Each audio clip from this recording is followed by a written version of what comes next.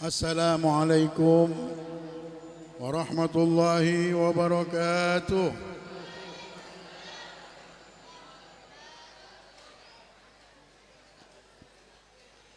Alhamdulillahilladzi hadana lil Islam. Alhamdulillahilladzi hadana li mahabbati khairil anam Muhammad sallallahu alaihi wa ala alihi wa sahbihi wa sallam. Amma ba'du. Yang saya muliakan para habaib, para tuan guru, para asatidzah dan tokoh masyarakat, wabil khusus yang kita muliakan Ketua Masjid Jabal Husna, Bapak Mas Anton atau yang dipanggil Kiki ya, Anton Gigi Satria, kita doakan mudah-mudahan Allah limpahkan keberkahan kepada beliau, rahmat dan inayah dan taufik dan hidayah hingga bisa memperjuangkan Masjid Jabal Husna ini menjadi masjid yang makmurah. Amin ya rabbal alamin. Yang saya muliakan guru kita bersama Ustaz Rijalul Ilmi yang terus mengajarkan kita, menyambungkan kita dengan Al-Quranul Karim. Mudah-mudahan dengan keberkahan beliau ini Allah subhanahu wa ta'ala jadikan generasi-generasi kita kenal dengan firman-Nya Allah, dekat dengan Allah, kenal dengan Allah dan Rasulullah sallallahu alaihi wasallam, dan Allah berkahi murid-muridnya insyaallah. Amin ya rabbal alamin. Yang saya muliakan, siapa lagi? Orang tua kita, ayahanda Pak Rohadin, dan juga semua tuan guru yang ada di sini yang mungkin Al-Faqir mau menyebutkan namanya, tapi sebagian lupa dengan nama para tuan guru yang ada di sini, takut salah sebutnya. Mudah-mudahan perkumpulan kita ini membawa berkah semuanya insyaallah. Mudah-mudahan Allah Subhanahu wa taala muliakan kita semuanya insyaallah dengan kita bersama-sama ngumpul di tempat ini. Amin ya rabbal alamin. Hadirin yang dimuliakan oleh Allah Subhanahu wa taala, puja dan puji syukur kita hadapkan ke hadapan Allah Jalla Jalaluhu wa ta'ala ta'zamatuh, yang telah membukakan benar-benar pintu sebesar-besarnya untuk supaya kita kenal dengan Nabi Muhammad sallallahu alaihi wasallam. Karena bukan sesuatu yang sia-sia dan bukan sesuatu mainan. Para aslafuna sholihin, para ulama, bahkan Allah sendiri mengumumkan kepada semua makhluknya untuk supaya kenal dan memuliakan kekasihnya Nabi besar Muhammad. Wa ma arsalnaka illa rahmatan lil alamin. Tidaklah aku mengutusmu wahai kekasihku Muhammad kecuali anugerahku untuk semesta alam ini, anugerah Allah yang maha besar. Masalah dan semua fikiran yang kita fikirkan di dalam dunia yang sementara ini, bahkan keselamatan kita nanti di alam kubur, keselamatan kita di alam barzakh, keselamatan kita di Shiratul Mustaqim, semuanya itu ada di tangan Nabi Muhammad. Maka dari itu para ulama, guru-guru kita terus mendoktrin, terus mendidik manusia untuk kenal dengan Nabi Muhammad. Celaka benar manusia kalau tidak kenal dengan Nabi Muhammad. Celaka benar manusia kalau tidak tahu fungsinya Nabi besar Muhammad sallallahu alaihi wa ala alihi wa sahbihi wasallam.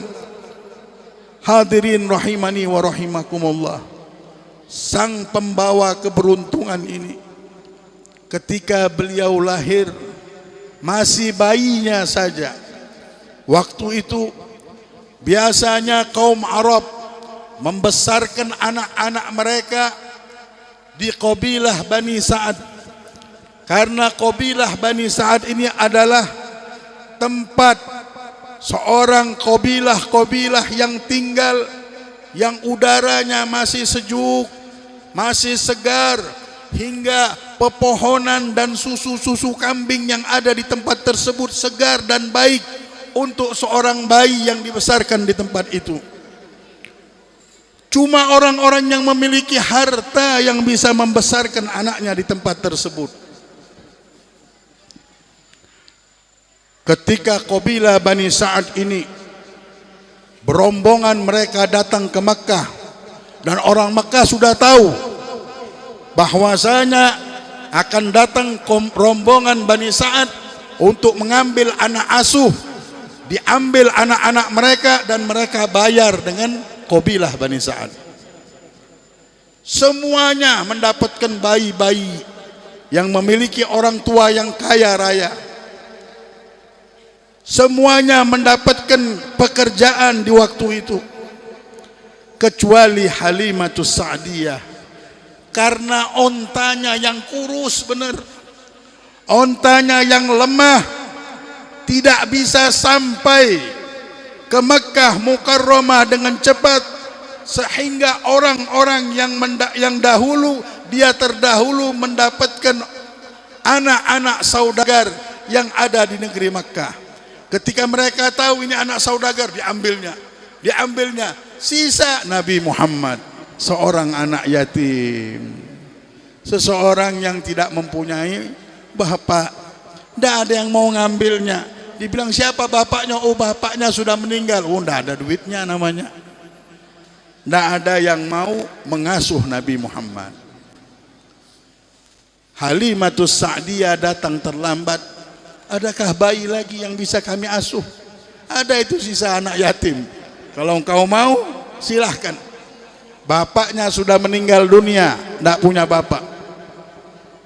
Dia bilang, daripada aku tidak membawa satu bayi pun pulang, menjadi satu pamali, ya, sesuatu yang memang gengsinya orang Bani Sa'ad pulang ke Mekah tidak bawa bayi, tidak apa-apa, aku akan bawa bayi ini. Ketika dia pegang bayi tersebut, melihat muka Nabi Muhammad, muka kekasih Allah ini, langsung cinta Halimatus Sa'diyah. Langsung senang Halimatus Sa'diyah, biar ku bawa anak ini walaupun aku tidak dapat upah apapun.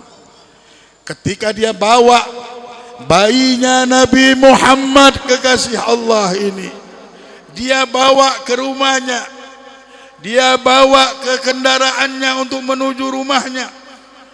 Onta yang tadinya tidak memiliki kekuatan, onta yang tadinya lemah dan kurus, tiba-tiba menjadi kuat. Ini onta mengejar rombongan yang sudah pulang dahulu, bahkan melewati rombongan tersebut sampai ke rumah. Onta itu tetap kuat, dan mulai detik itu kehidupan Halimatus Sa'diyah berubah karena mengasuh Nabi Muhammad.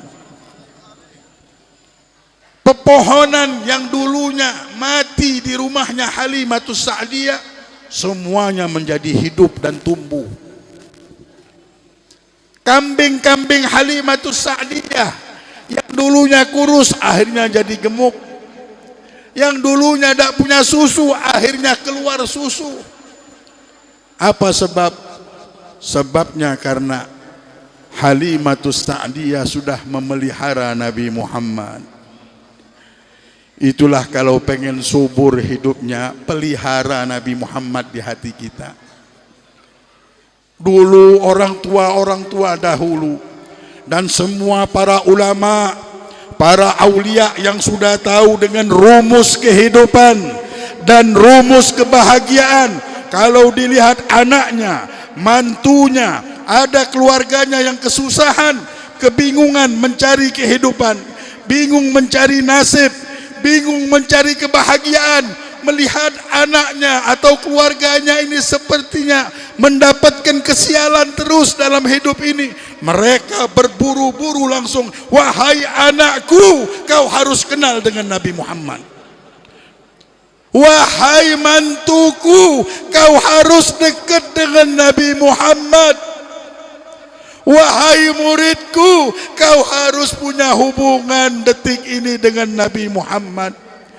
Selama ini engkau sendirian, selama ini engkau tidak tahu dengan rumus hidup ini, selama ini engkau cuma mau ini, mau itu, tidak tahu bahwasanya hidup ini Allah subhanahu wa ta'ala jadikan anugerahnya.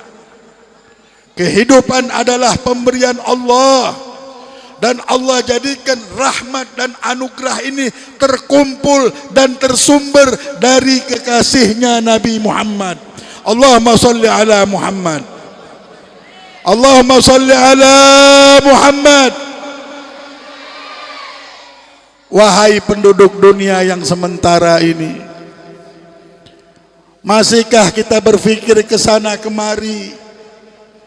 Istirahatkanlah pikiran kita yang terlalu berlebihan, sampai terkadang-kadang mungkin kita stres, bingung, sikut kanan, sikut kiri bisa, sampai hati manusia busuk. Karena apa? Karena menginginkan satu keinginan dan belum tahu rumus kebahagiaan dan keselamatan di dalam dunia yang sementara ini adalah Nabi besar Muhammad. Kullu babin munggalat, penduduk dunia yang sudah lama hidup di dunia, sesungguhnya pintu semuanya ditutup sama Allah. Pintu pertolongan cuma Allah buka dari kekasihnya Nabi besar Muhammad, yang mengikuti jejak Nabi Muhammad, yang cinta dengan Nabi Muhammad, yang berselawat dengan Nabi Muhammad, yang punya hubungan dengan Nabi Muhammad. Mereka lah orang-orang yang akan mendapatkan anugerah Allah. Sampai Allah perintahkan kepada Nabi Muhammad, qul in kuntum tuhibbunallah fattabi'uni yuhibbukumullah.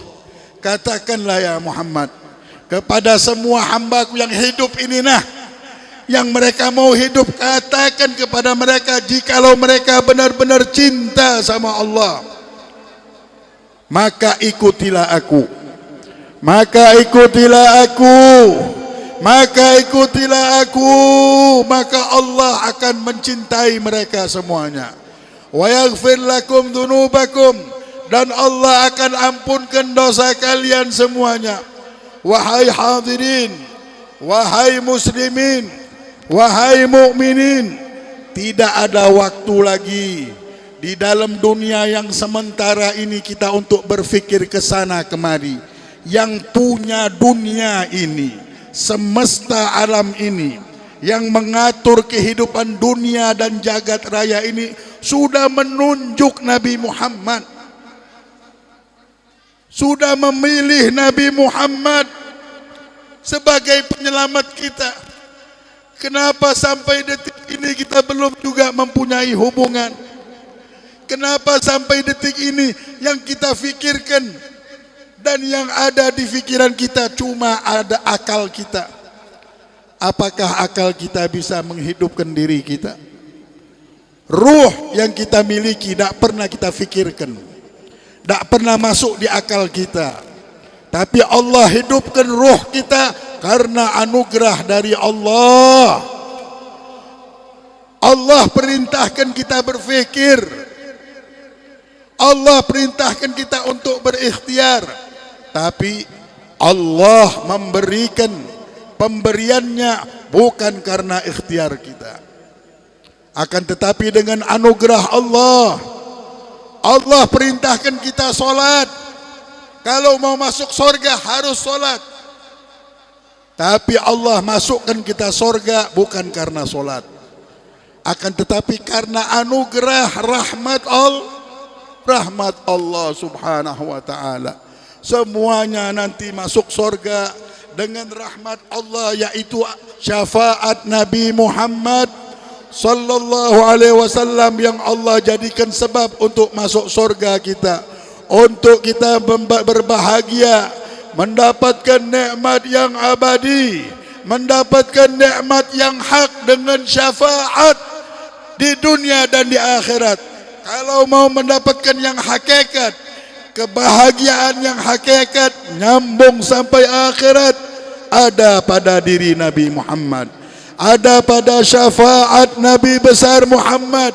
Karena itulah kita adakan maulid ini, kita memeriahkan supaya penduduk dunia ini ingat benar, sadar dan bangkit dan bangun mencari jalan untuk mendekati Nabi Muhammad. Mereka sudah tidak punya teka-teki lagi. Jangan ada teka-teki lagi di dalam hidup ini. Jawaban hidup kita adalah Nabi Muhammad. Yang mengikuti Nabi Muhammad akan selamat. Yang berpegang dengan Nabi Muhammad akan selamat. Bushra lana ma'syaral Islam, inna lana inayatu ruknan ghaira munhadimi. Kata Imam Busairi, kita punya kabar baik wahai ma'syaral Islam, kita punya pertolongan Allah, tiang yang sangat kuat yang tidak akan hancur tiang ini. Allah sudah tancapkan tiang ini untuk menolong kita semuanya, yaitu Nabi besar Muhammad sallallahu alaihi wa ala alihi wa sahbihi wasallam. Hingga pernah diceritakan ada seseorang sahabat namanya Jabir. Jabir ini punya hutang dan sudah jatuh tempo hutangnya. Akhirnya beliau mengadu kepada Rasulullah, ya Rasulullah, ini ada orang yang menagih hutang kepadaku dari orang Yahudi ya Rasulullah, dan waktunya sudah jatuh tempo dan dia tidak mau mengundurkan pembayarannya, harus hari ini saya membayarnya ya Rasulullah. Bagaimana nasibku ya Rasulullah, ya Rasulullah. Rasulullah sallallahu alaihi wasallam berusaha untuk memberikan satu nasihat kepada Yahudi tersebut supaya bisa dibayar di hari nanti. Tapi ini Yahudi tidak mau tetap. Ya Rasulullah, aku maunya hari ini Jabir bayar utangku, sudah 1 tahun ya Rasulullah. Mendengar kabar tersebut, Rasulullah mencari Jabir. Ya Jabir, kenapa ya Rasulullah? Dia tidak mau. Dia meminta bayarannya harus sekarang juga. Kata Jabir, bagaimana ya Rasulullah? Sudah. Di mana tempat engkau duduk biasa di kebun kormamu ini? Di situ ya Rasulullah. Ayo kita ke sana. Rasulullah berdoa sambil melihat ke pohon-pohon korma tersebut. Duduklah Nabi Muhammad. Tidak lama Jabir ini setengah tertidur, membuka matanya melihat semua kebunnya dipenuhi dengan korma. Ya Rasulullah, ya Rasulullah. Kenapa ya Jabir? Kebunku sudah dipenuhi oleh korma. Senyum Rasulullah. Cukupkah ini buat bayar hutangmu wahai Jabir? Ya Rasulullah, bukan lebih cukup lagi. Ini bisa bayar buat tahunan, bahkan bisa buat hidup kita bertahun-tahun ya Rasulullah. Kebunku dipenuhi dengan korma ya Rasulullah. Sudah, kalau begitu bayarlah hutangmu wahai Jabir. Jabir pada detik itu bisa membayar hutangnya, bahkan mendapatkan kekayaan yang besar berkat Nabi Muhammad. Syafaat Nabi Muhammad, kita butuh dengan syafaat ini. Tidak bisa lagi kita mengangkat hidup ini, memikul kehidupan kita, memikul nasib anak istri kita di dunia, tambah lagi di akhirat. Jangan undurkan lagi, jangan pikir kesana kemari lagi. Pilihlah jalan untuk mendekati Nabi Muhammad. pilihlah waktu-waktu kita sudah untuk di mana di dalam waktu tersebut kita membaca salawat dan salam dengan Nabi Muhammad. Pilihlah waktu kita untuk belajar ilmunya Nabi Muhammad sallallahu alaihi wasallam. Cuma dengan itu kita bisa selamat. Jangan kita menghayal lagi ke sana kemari. Kalau besok nyawa kita dicabut oleh Allah, kita belum tahu juga, belum mengerti dengan kedudukan Nabi Muhammad. Kita buta dengan Nabi Muhammad. Kita buta dengan apa yang diajarkan oleh Nabi Muhammad. Tambah lagi mencintai Nabi Muhammad. La ilaha illallah. Apa nasib kita di akhirat nanti? Bagaimana nasib anakmu? Bagaimana nasibmu? Bagaimana nasib orang tuamu? Bagaimana nasibmu dunia dan akhirat? Kalau kau buta, benar-benar buta dengan hubungan dan ilmu dan urusanmu dengan Nabi Muhammad. Marilah malam ini dengan adanya maulid Nabi Muhammad, lahir juga sudah kehidupan kita ini Nabi Muhammad. Nabi Muhammad sudah muncul di dalam rumah tangga kita. Nabi Muhammad muncul di dalam kehidupan kita. Nabi Muhammad muncul di dalam perjalanan hidup kita. Nabi Muhammad muncul dalam tujuan hidup kita. Nabi Muhammad muncul di mana-mana, di setiap langkah yang kita langkah. Mudah-mudahan Allah ridhoi kita semuanya. Allah subhanahu wa ta'ala payungi kita semuanya dengan syafaat Nabi Muhammad. Ya Allah ya Karim, jangan tinggalkan kami sendirian ya Rabb. Jadikanlah setiap hari kami, setiap saat kami ada syafaat, ada keberkahan, ada tali nur cahaya Nabi Muhammad yang menyambung ke jiwa dan fikiran kami di rumah kami ya Allah. Ya Allah, payungilah hidup kami dengan syafaat Nabi Muhammad. Payungilah hidup anak istri kami, orang tua kami dengan syafaat Nabi Muhammad.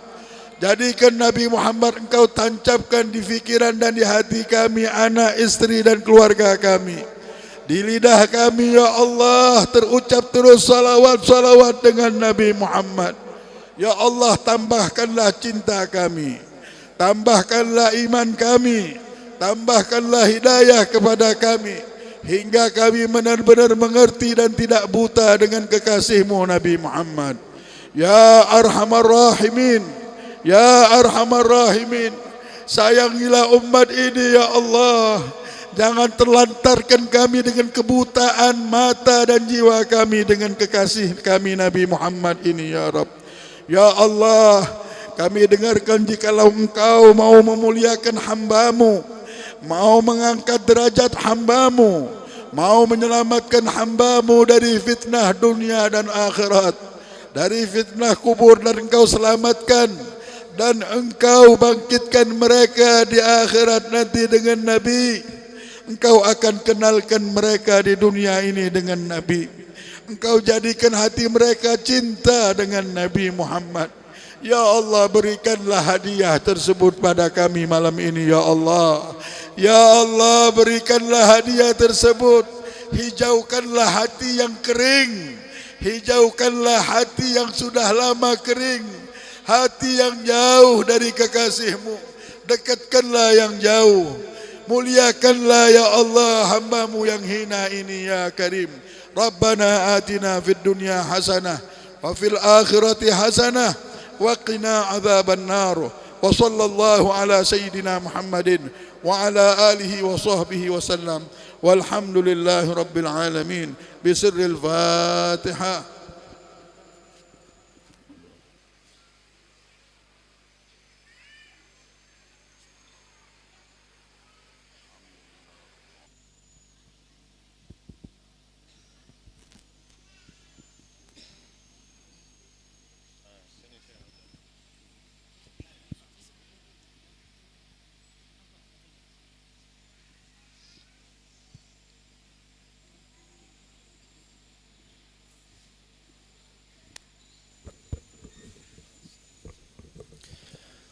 بسم الله الرحمن الرحيم.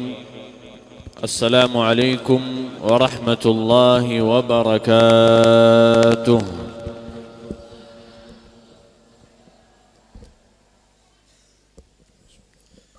الحمد لله رب العالمين، والصلاة والسلام على أشرف الأنبياء وسيد المرسلين، نبينا وحبيبنا وشفيعنا ومولانا محمد صلى الله عليه وسلم وعلى آله وصحبه أجمعين. اللهم علمنا ما ينفعنا وانفعنا بما علمتنا وزدنا علما. سبحانك لا علم لنا إلا ما علمتنا إنك أنت العليم الحكيم. Maha suci Allah, saya tidak memiliki ilmu apa-apa, hanya saja yang diberikan oleh Allah Subhanahu wa taala. Bapak Ibu yang dirahmati Allah Subhanahu wa taala, gimana kabar semuanya? Sehat? Sehat? Masih semangat semuanya? Alhamdulillah. Biar jamaah lebih semangat, saya berdiri aja ya, saya. Suara mikrofon jelas. Yang di belakang jelas. Alhamdulillah. Bismillahirrahmanirrahim.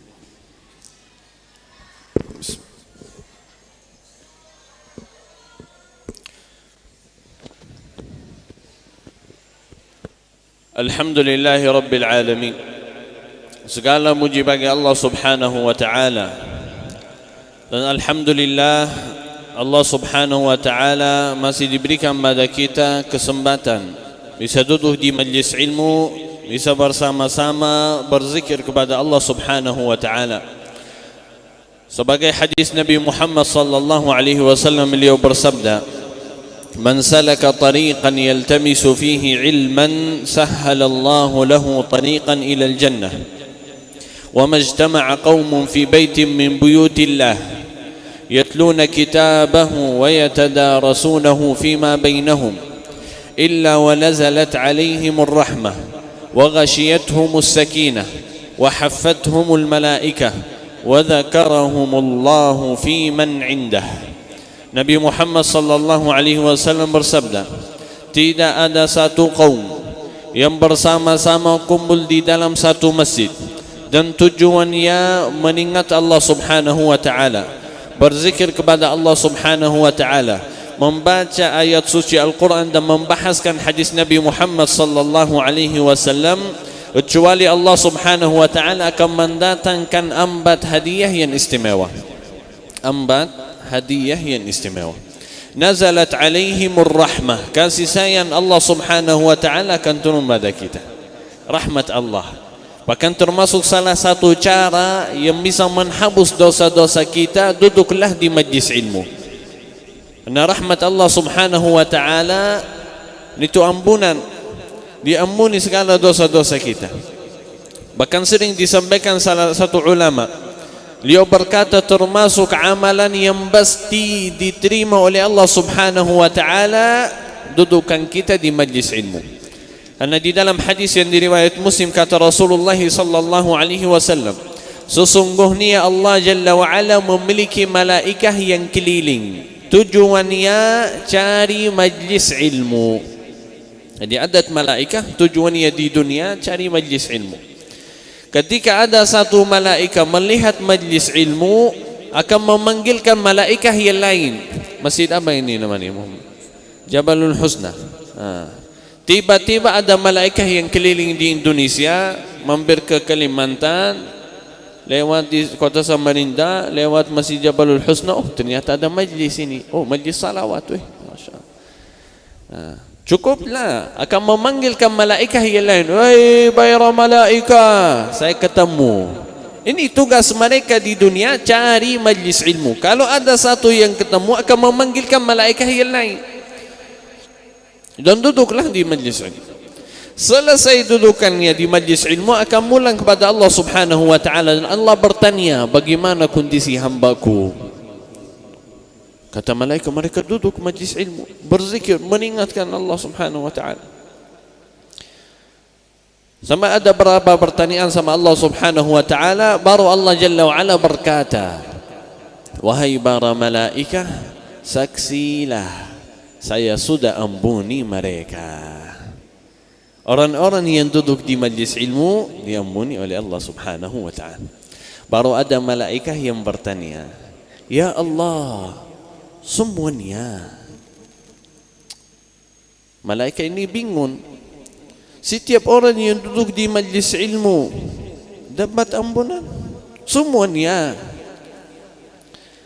Kata Allah Subhanahu wa ta'ala, humul julasa la yashqa bihim jalisuhum. Mereka lah yang duduk, tidak ada satu pun yang akan dihina oleh Allah Subhanahu wa ta'ala. Semuanya dapat ampunan oleh Allah Jalla wa'ala. Dari hadis ini kita bisa mendapatkan beberapa pelajaran. Yang pertama, Allah Subhanahu wa ta'ala telah mentugaskan beberapa malaikat yang tujuannya cari majlis ilmu. Dan ini supaya kita muslimin dan muslimat bertafakur dan membayangkan fadilat majlis ilmu bukan untuk kita pribadi saja, tapi bisa mendatangkan manfaat untuk para malaikat. Yang kedua, para malaikat akan bertanya, ya Allah, apakah semuanya? Karena malaikat bingung. Mungkin ada di antara orang-orang yang duduk di majlis ilmu yang tidak mempunyai niat yang ikhlas. Jadi malaikat tanya, ya Allah, semuanya? Malaikat tadi lihat ada orang yang duduk dari awal sampai terakhir main HP. Mau dapat foto, dengar ada syekh dari Arab, pasti hidungnya mancung ini. Mau lihat ini.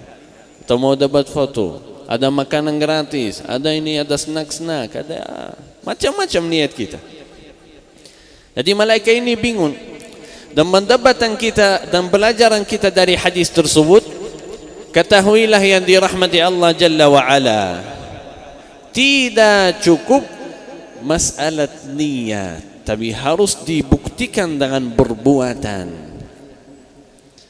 Karena bisa jadi ada orang yang duduk di majlis ilmu dan berkata, ya udah saya duduk di majlis ilmu, sudah saya punya niat, niatnya masing-masing beda, tapi ya udah selesai.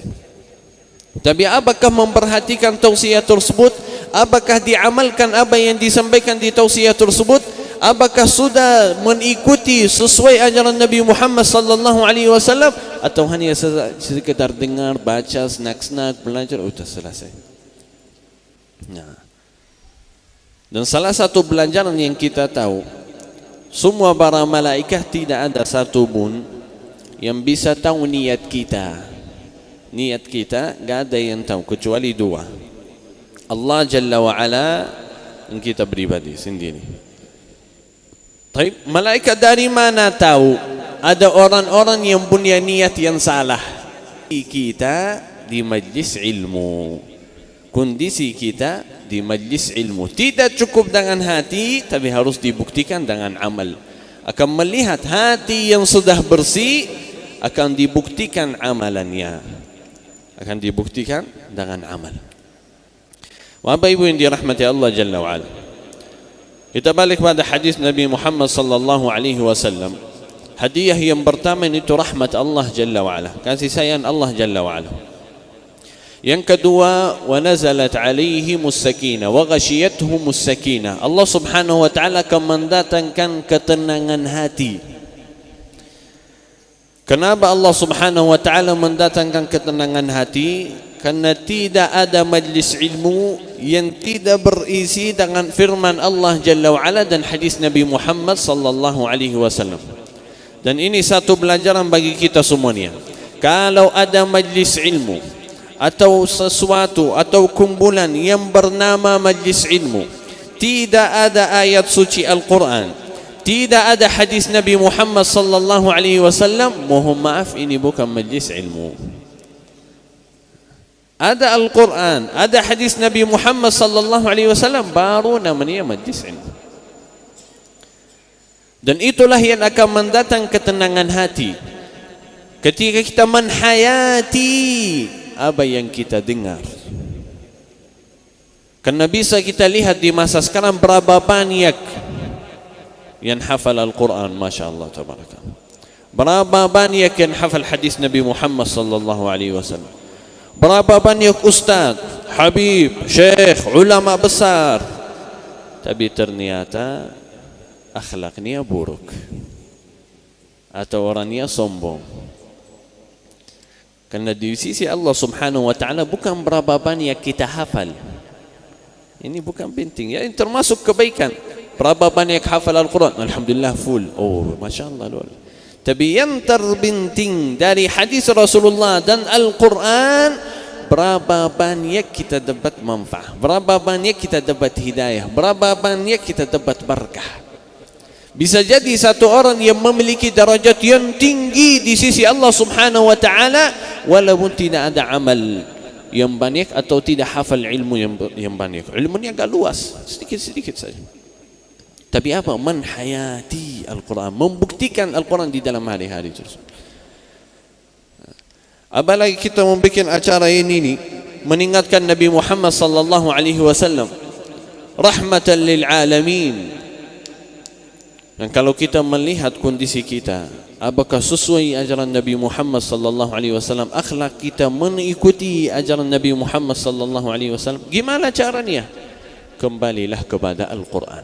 Kata Aisyah radhiyallahu anha, kana khuluquhul Quran. Akhlak Nabi Muhammad sallallahu alaihi wasallam adalah Al-Quran. Cara yang termudah dan sering saya sampaikan, ketika anda membahaskan masalah Al-Quran, jangan pernah hanya terasa sekitar Al-Quran wahyu yang diwahyukan kepada Nabi Muhammad sallallahu alaihi wasallam dan umatnya, selesai. Tidak. Tapi harus kita membayangkan Al-Quran wahyu yang diwahyukan oleh Allah Subhanahu wa taala kepada Nabi Muhammad dan umatnya ini secara umum.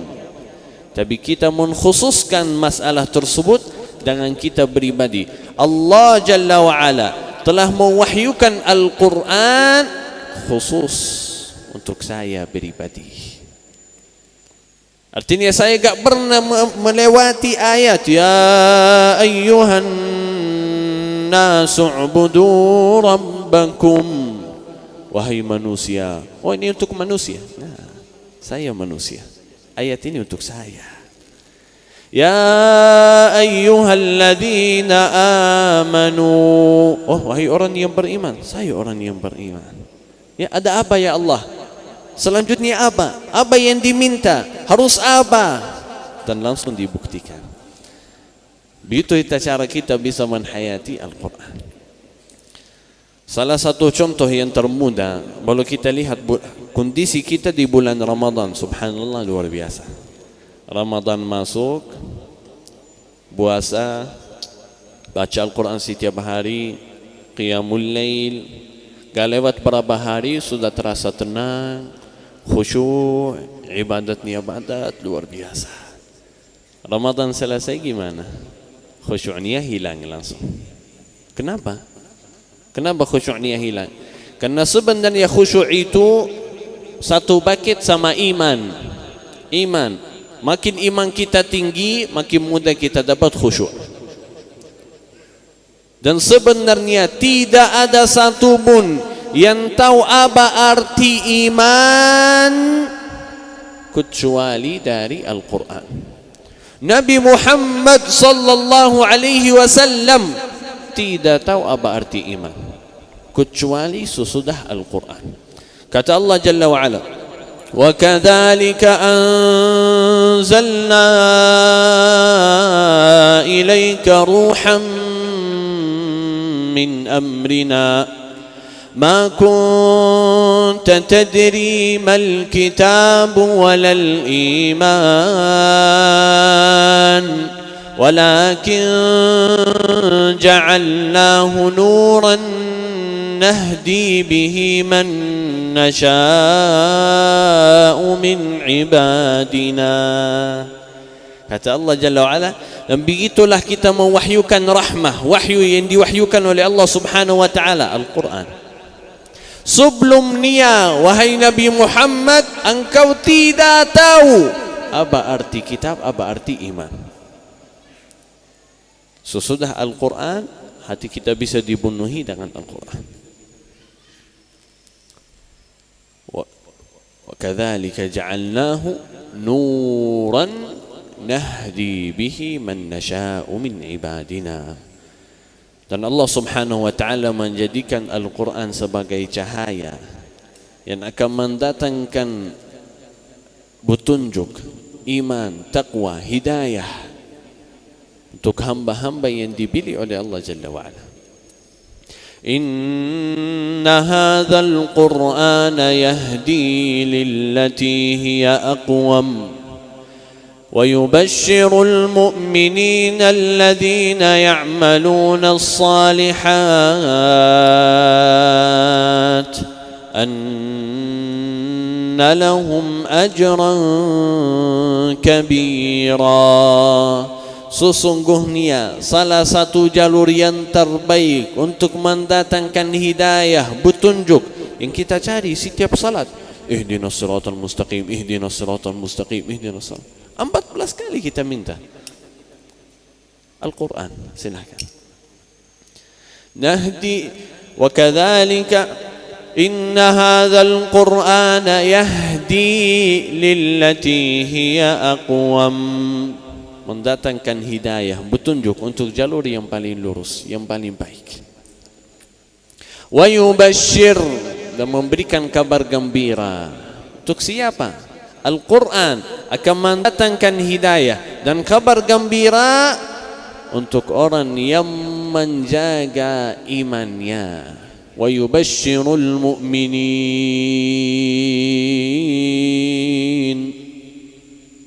Dan ini hubungan kita sama Allah Subhanahu wa taala tergantung hati. Hati. Amal kita harus dibuktikan dengan hati. Sudah iman, sudah yakin, cukup? Tidak. Harus diikuti dengan amal. Alladzina ya'maluna as-salihat. Al-mu'minin alladzina ya'maluna as-salihat. Iman dan percaya kepada Allah Subhanahu wa taala, dan harus juga dibuktikan dengan perbuatan. Anna lahum ajran kabira. Dibalas oleh Allah Subhanahu wa taala dengan pahala yang besar. Bapak Ibu yang dirahmati Allah Subhanahu wa taala, Allah Jalla wa Ala telah mentugaskan para nabi dan rasul untuk menyampaikan apa yang diinginkan oleh Allah Jalla wa Ala. Apa yang diinginkan oleh Allah Jalla wa Ala. Jadi selalu kita berusaha mendekatkan diri kepada Allah Subhanahu wa taala sesuai inginan Allah, bukan sesuai inginan kita. Bisa ada ibadah yang kita laksanakan atau amalan yang kita kerjakan menurut kita, atau kita terasa amalan ini yang baik, yang sempurna, tapi ternyata ditolak sama Allah Subhanahu wa taala. Kenapa? Karena bukan maniak binting masalah apakah kita percaya amalan ini baik atau tidak, tapi apakah amalan ini diinginkan oleh Allah Subhanahu wa taala atau tidak. Sebagai firman Allah Jalla wa Ala, وَيَحْسَبُونَ أَنَّهُمْ يُحْسِنُونَ صُنْعًا. Dan ada orang-orang yang mengerjakan amal salih dan mereka terasa ini amal salih, tapi ternyata di sisi Allah Subhanahu wa taala sia-sia.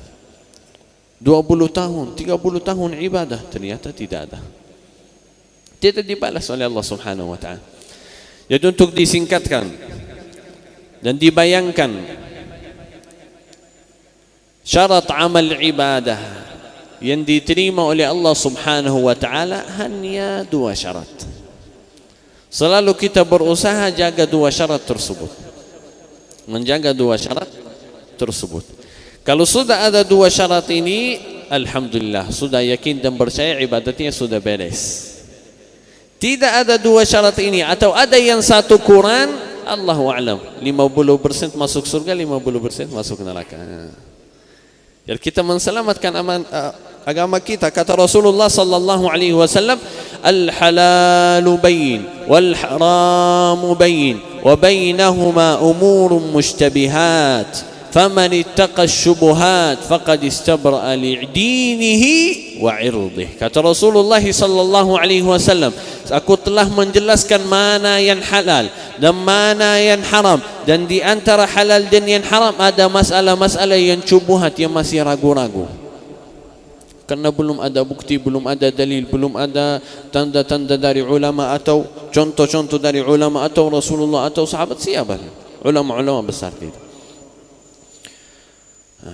Faman ittaqa syubuhat, barang siapa yang takut dari hal-hal tersebut akan menselamatkan agamanya dan menselamatkan jiwanya. Selamat. Syarat yang pertama, ikhlas. Syarat yang pertama, ikhlas. Makin ibadat ini ikhlas, akan diterima oleh Allah Jalla wa'ala. Ibadah yang ikhlas diterima oleh Allah Jalla wa'ala. Cara yang termudah untuk mendapatkan ikhlas, jauh dari riya, jauh dari sombong, caranya silahkan berusaha untuk melaksanakan ibadah yang rahasia, ibadah sembunyi-sembunyi. Kenapa?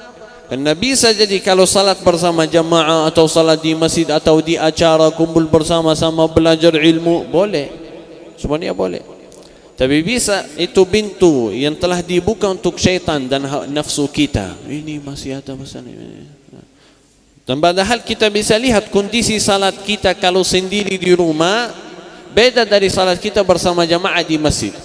Kalau di masjid, Masya Allah, bisa mendatangkan khusyuk atau tenangan hati, tenangan gerakan, belan-belan gerakannya. Tapi di rumah gak lewat 2 menit sudah selesai. Nah, itu biasa, kebiasaan kita. Subhanallah. Kenapa? Karena dudukan kita bersama orang yang salihin, salihat, kita akan ada rasa malu. Ya pasti ibadat ini ikhlas karena Allah Jalla wa'ala, tapi masih ada yang lagi ragu-ragu. Tapi ibadah yang rahasia jamin 100% ikhlas. Karena saya belum pernah ketemu ada orang yang salat sendiri tujuannya riak sama AC, atau riak sama dinding, riak sama pintu. Ada yang mau riak Allahu Akbar. Kenapa? Masya Allah khusyuk ini. Biar kipas angin lihat saya khusyuk. Nah, gak mungkin. Pasti yang salat rahasia, sembunyi-sembunyi, ibadatnya ikhlas. Bahkan Imam Syafi'i rahimahullah ta'ala beliau berkata, saya ingin umat muslimin dan muslimat membelajarkan ilmu yang saya tulis dan mereka tidak tahu ini ditulis dari siapa. Ini ilmu Imam Syafi'i.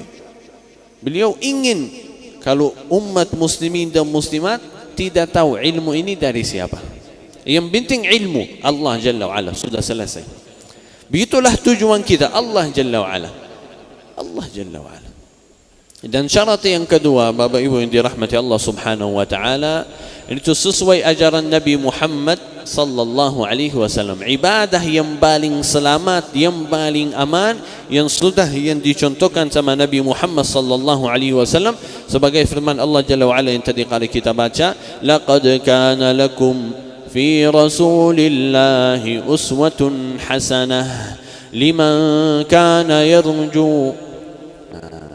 Untuk siapa yang mau kembali kepada Allah Subhanahu wa ta'ala. Contoh yang diberikan oleh Nabi Muhammad sallallahu alaihi wasallam kita ikuti, sudah selamat. Dan itulah yang paling aman. Dan mudah-mudahan Allah Subhanahu wa ta'ala menselamatkan kita semuanya ya rabbal alamin. Bapak Ibu yang dirahmati Allah Jalla wa Ala, dua bahasan yang saya ingin disampaikan.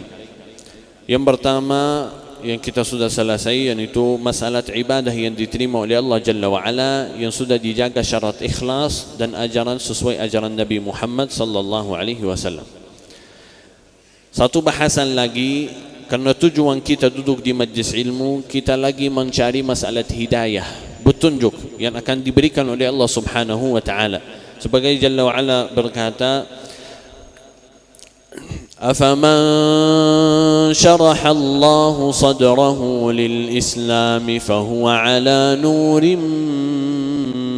من ربه فويل للقاسية قلوبهم من ذكر الله. Orang-orang yang telah dibuka hatinya dari Allah Subhanahu wa ta'ala untuk menerimakan cahaya Allah, yaitu hidayah. Hidayah itu sebenarnya dari Allah Jalla wa'ala. Tidak ada satu pun yang bisa mendatangkan hidayah. Satu. Tapi dijelaskan sama ulama, bisa dibagikan masalah hidayah dengan 4 tingkatan. 4 tingkatan. Saya tolong kalau bisa hafal silakan. 4 tingkatan ini yang akan dibalas oleh Allah Subhanahu wa ta'ala. Kalau anda sudah menjaga 3 tingkatan yang pertama, akan dibalas sama Allah Subhanahu wa ta'ala dengan tingkatan yang keempat. Yang pertama boleh dinamakan hidayat dunia. Hidayat dunia. Apa artinya hidayat dunia? Kebutuhan kita di dunia diberikan oleh Allah Subhanahu wa ta'ala secara gratis. Kebutuhan kita di dunia. Apa itu kebutuhan kita di dunia? Kalau lapar, makan. Haus, minum. Sakit, cari obat. Capek, mau istirahat. Dan ini diberikan oleh Allah Subhanahu wa ta'ala secara gratis. Siapa yang dapat? Manusia, jin, mohon maaf, binatang juga dapat. Ciptaan Allah Subhanahu wa ta'ala semuanya dapat. Kebutuhan dunia. Kalau ada yang belum dapat, artinya orang ini mohon maaf, orang gila. Dan orang gila dimaafkan sama Allah Subhanahu wa ta'ala, dia dihisab sama Allah Subhanahu wa ta'ala. Di atasnya ada hidayat apa? Hidayat ilmu yang kedua. Hidayat ilmu yang itulah tugas para nabi dan rasul. Dan tujuan Allah Subhanahu wa ta'ala menurunkan kitab-kitab. Dan tujuan Allah Subhanahu wa ta'ala memudahkan kita buka acara-acara yang seperti ini. Tujuannya apa? Membagikan ilmu. Membagikan ilmu. Dan itu diberikan oleh Allah Subhanahu wa ta'ala juga secara gratis. Kalau ada satu orang yang belum dapat ilmu tentang agama atau tentang Allah Jalla wa ala, nanti di hari kiamat tidak boleh masuk surga, tidak boleh masuk neraka. Akan diuji sama Allah Subhanahu wa ta'ala atau dimaafkan sama Allah Subhanahu wa ta'ala dan masuk surga langsung. Hidayat ilmu apa artinya? Allah Subhanahu wa ta'ala akan menjelaskan mana yang baik dan mana yang buruk. Dan itu terserah kita mau pilih yang mana. Dan saya yakin dan percaya tidak ada satu pun di dunia yang ingin mendapatkan yang buruk atau yang batil. Tidak ada. Ada yang mau yang batil? Tidak ada. Tapi apakah kita betul-betul mencari yang hak atau hanya saja ucapkan lisan kita? Contoh yang termudah. Yang pertama akan ditanya sama Allah Subhanahu wa ta'ala kepada orang muslim apa? Yang pertama akan ditanya oleh Allah Subhanahu wa ta'ala di hari kiamat apa? Siapa yang jawab? Yang pertama di hari kiamat akan ditanya sama Allah Subhanahu wa ta'ala, ibadat apa? Ibadat salat. Ini saya percaya semua muslimin dan muslimat tahu yang pertama ditanya sama Allah Subhanahu wa ta'ala salat.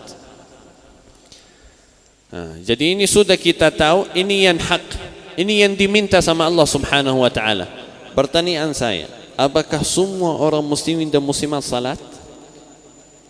Kita jujur tidak. Jadi bisa ada orang yang tahu jalur yang baik dan jalur kebaikan, jalur yang hak, tapi tidak diikuti.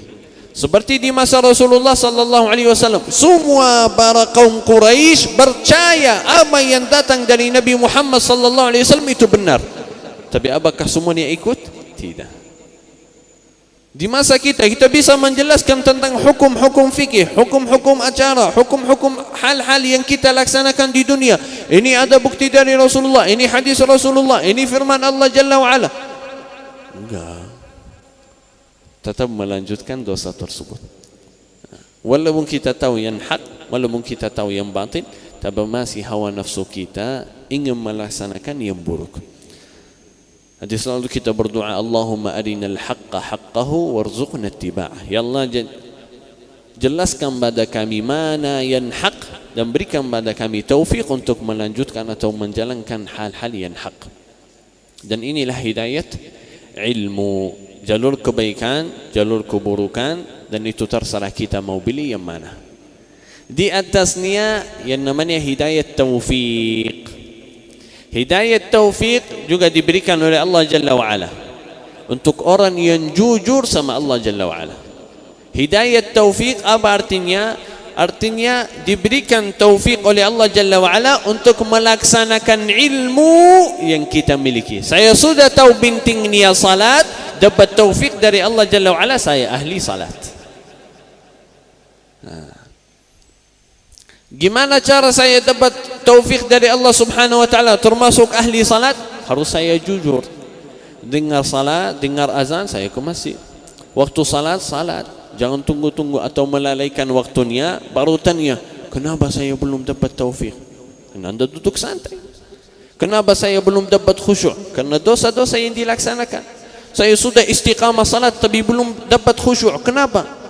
Mohon maaf, berdiri di masjid, di dalam saf, di dalam masjid, subhanallah, dan ternyata membawakan habis di dalam kantungnya membawa hal-hal yang tidak diridai Allah Jalla wa'ala.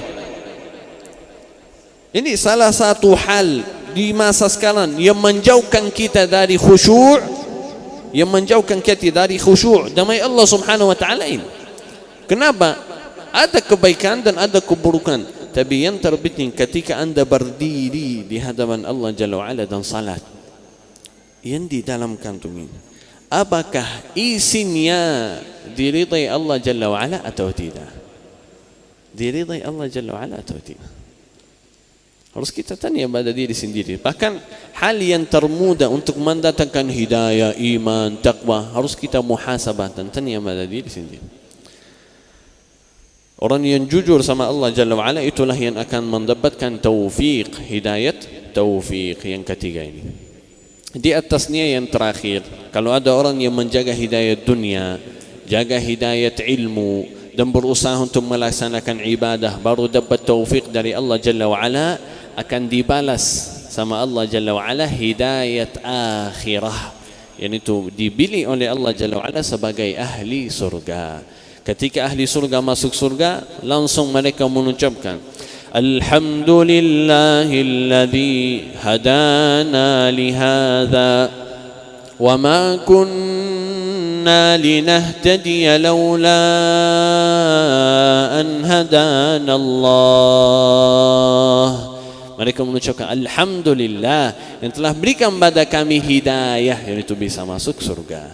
Siapa yang dapat? Orang yang dulu menjaga hidayah-hidayah yang sebelumnya, hidayah-hidayah yang sebelumnya. Jadi Bapak Ibu yang dirahmati Allah Subhanahu wa taala, ini dua bahasan yang kita pelajari bersama-sama. Yang pertama adalah syarat amal ibadah yang diterima oleh Allah Jalla wa ala.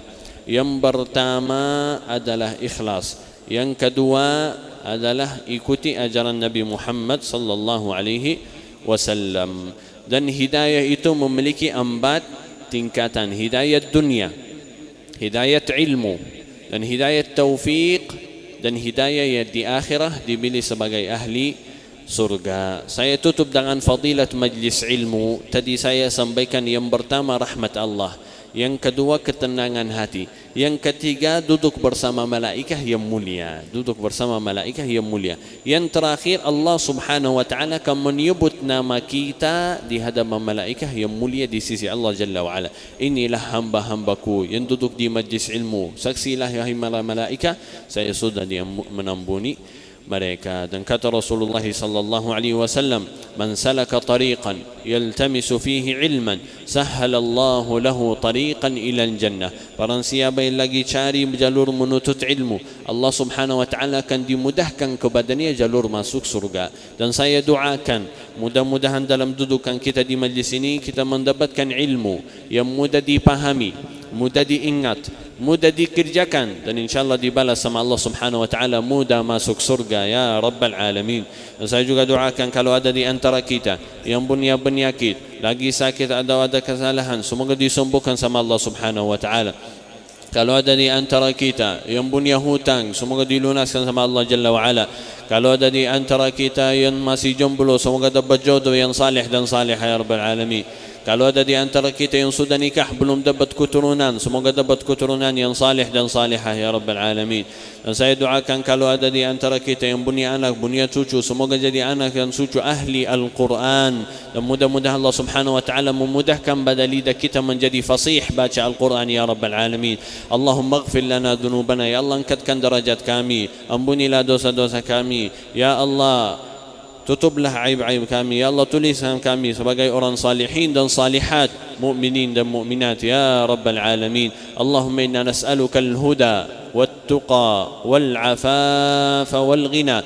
Allahumma matti'na bis-sihhati wal-afiyah wal-iman wal-yaqin wa hadi as-sirat al-mustaqim. Ya Allah, matti'na bi kulli khairin wa taqwa. Allahumma inna nas'aluka fi'lal khairat wa tarkal munkarat wa hubbal masakin, وأن تغفر لنا وترحمنا وتجمعنا بالحبيب المصطفى صلى الله عليه وسلم وعلى آله وصحبه أجمعين.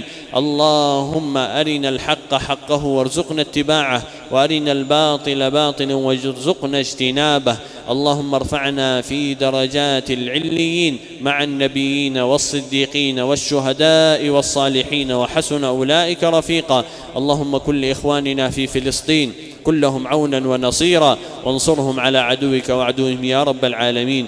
اللهم لك الحمد حتى ترضى، ولك الحمد إذا رضيت، ولك الحمد بعد الرضا، حمدا كثيرا طيبا مباركا فيه. وصل اللهم وسلم وبارك على نبينا محمد صلى الله عليه وسلم، وهب لنا شفاعته وهب لنا شفاعته وهب لنا شفاعته، واجعلنا من أهله وخاصته من أهل الدرجات العلى من الجنة يا رب العالمين. وصل اللهم عليه وعلى آله وصحبه أجمعين، والحمد لله رب العالمين. الحمد لله رب العالمين. Bapak Ibu yang dirahmati Allah Subhanahu wa taala, saya sudah membiasakan diri selesai tausiah yang saya sampaikan, saya memiliki satu acara lagi, yaitu kuis-kuis. Saya punya beberapa pertanyaan sesuai yang kita bahas. Ada 3 pertanyaan. InsyaAllah yang bisa jawab, InsyaAllah dapat hadiah. Boleh kita bertanya? Boleh? Baik. Untuk pertanyaan yang pertama mudah sekali. Mudah sekali. Syarat amal ibadah yang diterima oleh Allah Jalla wa Ala ada 2. Baik, silahkan. Baik kacamata. Ya. Silahkan. Saya duduk ya.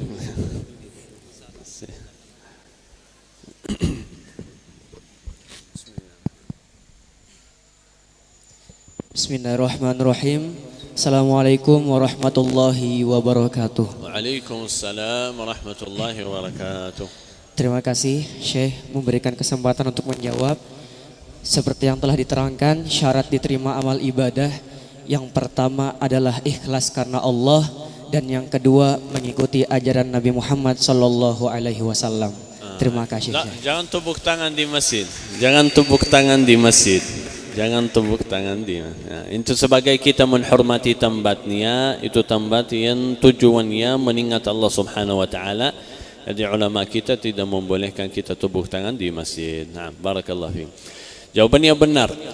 Yang pertama ikhlas, dan dalilnya di dalam surat Al-Bayyinah kata Allah Jalla wa Ala, "Wa ma umiru illa liya'budullaha mukhlishina lahuddin." Itulah perintah yang diperintahkan oleh Allah Jalla wa Ala, menyembahkan Allah Subhanahu wa taala dengan ikhlas. Yang kedua mengikuti ajaran Nabi Muhammad sallallahu alaihi wasallam, dan itu ada banyak ayat, salah satunya laqad kana lakum fi rasulillahi uswatun hasanah. Dan juga kata Allah Jalla wa Ala, "Man kana yuhibbullah in kuntum tuhibbunallah fattabi'uni yuhibbukumullah." Ikutilah ajaranku, Allah Subhanahu wa taala akan mencintai kalian. Dan juga kata Rasulullah sallallahu alaihi wasallam, Man ahdatha fi amrina hadha ma laysa minhu fahuwa rad. Barang siapa yang mengerjakan atau menamalkan sesuatu yang tidak dicontohkan sama Nabi Muhammad sallallahu alaihi wasallam, maka amalan ini bisa ditolak sama Allah Jalla wa Ala. Dan itulah dalil syarat yang kedua. Barakallahu fikum. Dapat 50.000. Langsung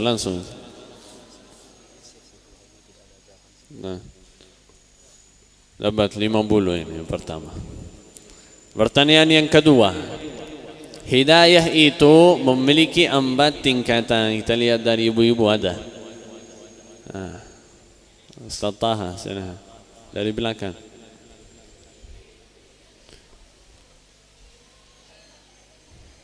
Kalau baca dari tulis dapat 25 saya. Ada tulisan ni.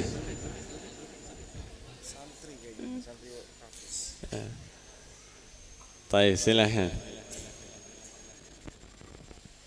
Hidayah ada 4. Saya bercanda, boleh baca, silakan. Boleh. Assalamualaikum warahmatullahi wabarakatuh. Waalaikumsalam warahmatullahi. Hidayah yang pertama itu hidayah dunia. Yang pertama hidayah dunia. Apa artinya? Hidayah dunia itu contohnya seperti makan dan minum secara gratis. Hidayah dunia diberikan oleh Allah Subhanahu wa taala secara gratis. Hidayah dunia artinya kebutuhan kita di dunia. Contoh kebutuhan kita di dunia, kalau lapar makan, kalau haus minum. Bismillah. Hidayah apa? Ini contoh ini. Bismillah. Baik, silakan lanjut. Yang kedua hidayah ilmu. Hidayah ilmu. Melalui apa? Dari mana kita dapat hidayah ilmu? Dari para nabi dan rasul. Dari nabi, rasul, Al-Quran, hadis, ustaz, ulama. Boleh juga melalui YouTube, dari kitab, dari ini ilmu yang kita belajari, ilmu yang kita belajari tentang agama. Naam. Yang ketiga hidayah taufik. Yang ketiga taufik. Allah kasih kita taufik untuk mengerjakan ilmu yang kita miliki. Sayang sekali kita dapat ilmu tapi tidak diikuti dengan amal. Harus kita jujur dan berusaha baru dapat taufik. Yang keempat, hidayah akhirat. Hidayah yang di akhirat. Apa itu hidayah yang di akhirat? Yang dipilih Allah masuk surga. Masuk surga. Karena kita masuk surga dengan rahmat Allah, bukan dengan amalan kita. Siapa yang dapat rahmat Allah? Orang yang dulu di dunia jujur sama Allah Subhanahu wa taala, dapat dan masuk surga. Masya-Allah dapat 50. Alhamdulillah. Satu pertanyaan yang terakhir, dan pertanyaan ini spesial. Yang jawab dapat 100 ini. Yang baru ini juga, Masya Allah. Bismillah.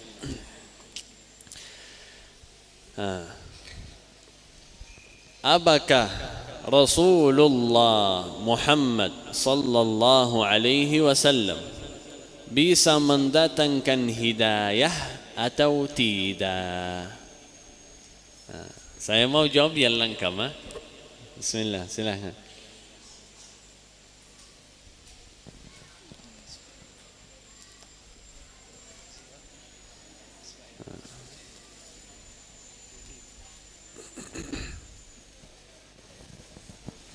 Bismillahirrahmanirrahim. Assalamualaikum warahmatullahi wabarakatuh.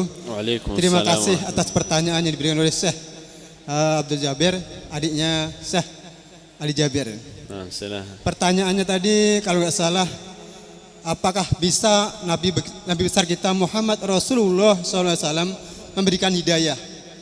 Karena menurut Al-Quran dan Hadis, Rasulullah tidak bisa memberikan hidayah, hanya Allah SWT yang bisa memberikan hidayah. Terima kasih. Assalamualaikum warahmatullahi wabarakatuh. Waalaikumsalam warahmatullahi wabarakatuh. Kalau kita membahaskan secara umum, jawabannya benar. Allah Subhanahu wa taala yang mendatangkan hidayah, innaka la tahdi man ahbab walakinna Allah yahdi man yasha. Tapi jawaban yang lengkap kalau kita membahaskan masalah penjelasan ulama, hidayah itu ada 4 tingkatan. Jadi kita memasukkan pertanyaan ini dengan Nabi Muhammad sallallahu alaihi wasallam. Apakah Rasulullah bisa mendatangkan hidayah atau tidak? Jawaban ini 50%, masih kurang.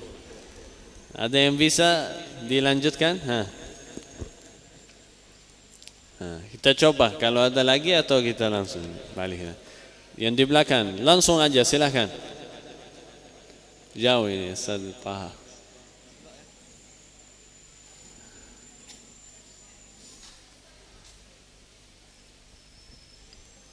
Baik,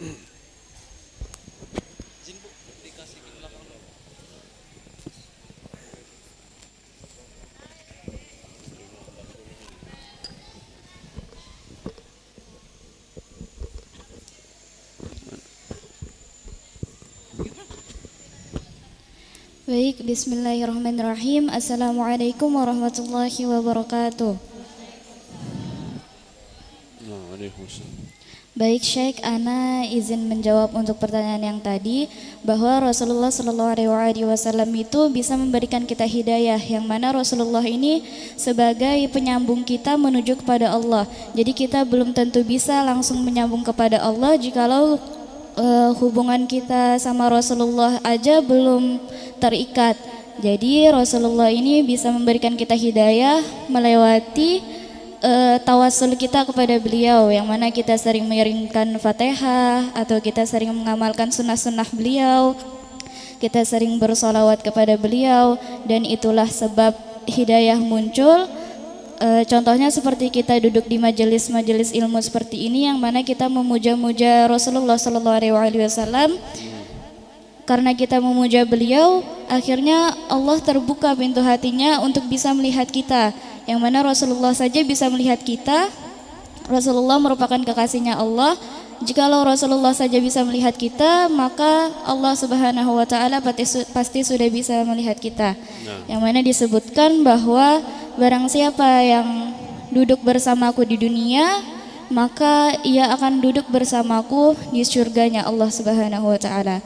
Syukran, wassalamualaikum warahmatullahi wabarakatuh. Waalaikumsalam warahmatullahi wabarakatuh. Saya singkatkan jawabannya, makin kita bersalawat kepada Nabi Muhammad sallallahu alaihi wasallam dan meningati acara-acara Nabi Muhammad sallallahu alaihi wasallam atau ajaran Nabi Muhammad sallallahu alaihi wasallam, kita akan mendatangkan hidayah dari Allah Jalla wa ala, yang kita akan datangkan melalui salawat kita, yaitu syafaat Nabi Muhammad sallallahu alaihi wasallam, bukan hidayah. Beda syafaat dari hidayah. Yang bisa kita hadiri melalui salawat dan mengikuti ajaran Nabi Muhammad sallallahu alaihi wasallam, yaitu syafaat Nabi Muhammad sallallahu alaihi wasallam. Dan untuk masalah tawassul kita bukan tawassul langsung sama Nabi Muhammad, tapi kita tawassul kepada Allah Jalla wa Ala melalui amal salih kita, yaitu salawat kepada Nabi Muhammad. Ini termasuk amalan salih, dan kita tawassul melalui amal salih tersebut, bukan melalui Nabi Muhammad.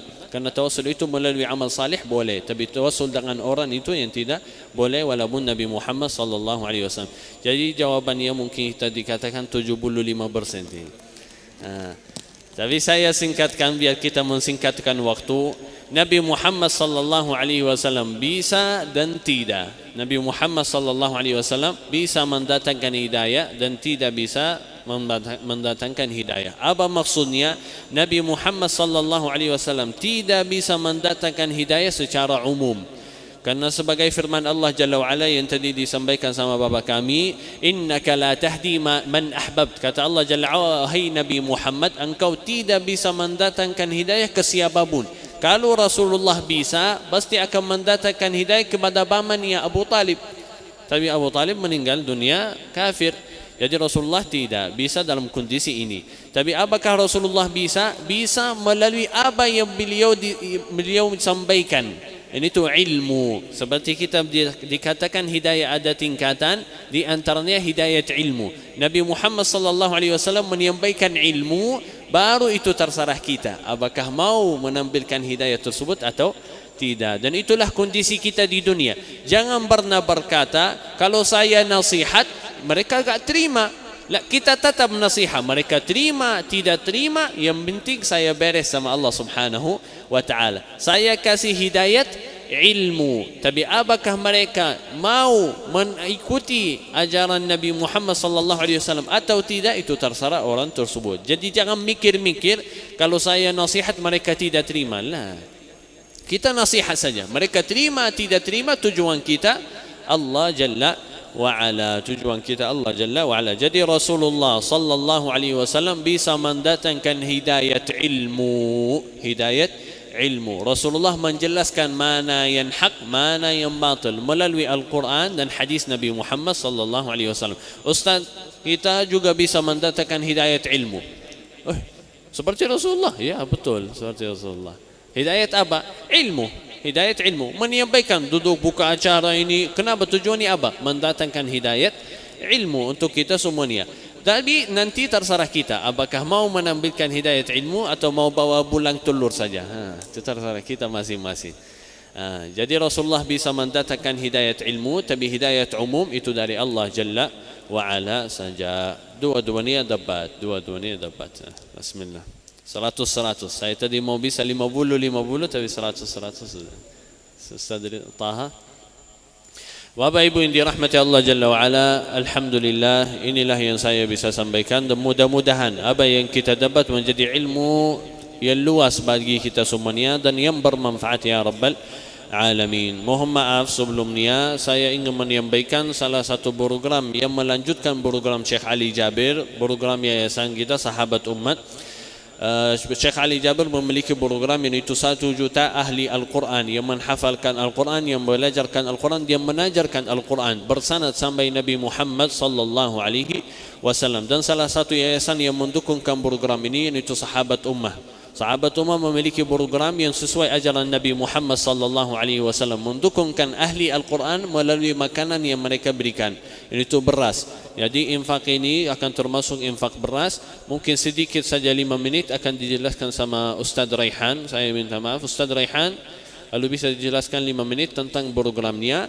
Dan nanti insyaAllah kalau ada di antara jamaah yang ingin mengikuti program tersebut, mudah-mudahan dibalas sama Allah Jalla wa'ala. Barakallahu fikum, dan saya mohon maaf. Wassalamualaikum warahmatullahi wabarakatuh.